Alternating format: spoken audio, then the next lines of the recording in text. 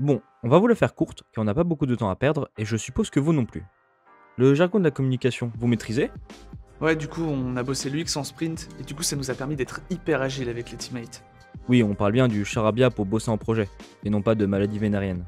Pour vous simplifier la chose, on va vous expliquer ça en contexte. Pour cette explication, il vous faut 2 personnages agiles en maniement des mots, un court dialogue, l'option sous-titres. Mm. Et puis après avoir benchmarké le secteur, on s'est vite rendu compte qu'il fallait axer le projet sur du data analysis pour définir les personas. Mais du coup, ça vous a demandé une sacrée agilité de groupe. Mais bon, après, j'imagine que vous en avez profité pour mieux définir vos besoins en UX. Tout à fait. Et on était sur une logique de Spring Scrum, donc ça a bien aidé. Et dans tous les cas, on l'avait prévu dans le Gantt, donc on n'aurait pas perdu de temps. T'es bête. Revoyons les mots-clés utilisés et donnons leur définition. Benchmark. Analyser les produits et les pratiques d'entreprises concurrentes. Data analysis. Analyse de données, littéralement. Persona. Un personnage imaginaire représentant un groupe ou un segment de cible. Méthode agile. Les méthodes agiles sont des groupes de pratiques et de pilotage de projets. Le but est d'impliquer un maximum le client pour avoir une grande réactivité à ses demandes. UX design.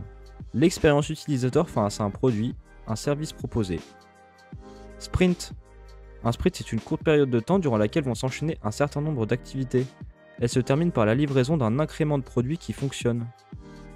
Scrum. Scrum est une méthode de développement agile. Le principe est d'être toujours prêt à réorienter le projet au fil de son avancement. Diagramme de Gantt. Le diagramme de Gantt est un outil en ordonnancement et en gestion de projet. PERT. Le diagramme PERT représente le planning des travaux par un graphe de dépendance. Il se focalise sur l'interconnexion des tâches à effectuer et sur le calcul de chemins critiques.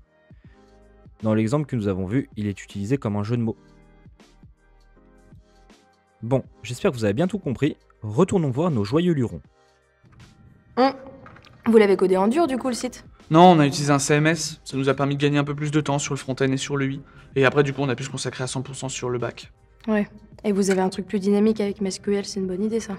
Ouais, du coup, ce qu'on a fait, c'est qu'on a pris toute la base PHP qu'on a directement mis dans la page. Et après, on a fait un savant cocktail de HTML, CSS, JavaScript et autres.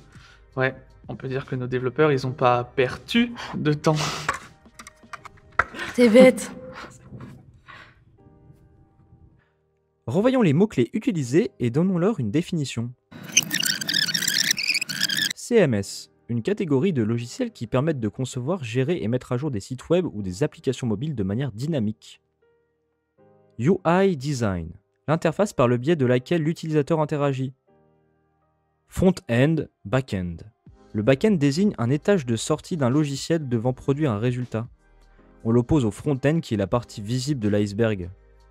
MySQL, base de données.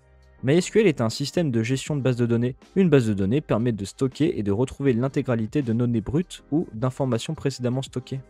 HTML, PHP. Langage web jouant sur la structure du site et son contenu. On note le HTML qui est statique et le PHP qui est dynamique, car il appelle des informations contenues dans des bases de données. CSS, JavaScript. Langage web jouant sur la mise en forme du site. PERT. Toujours même blague, et en plus elle est pas drôle. Et bien sur ce je vous laisse, j'espère que vous avez appris un truc aujourd'hui, à bientôt pour un nouvel épisode. Salut!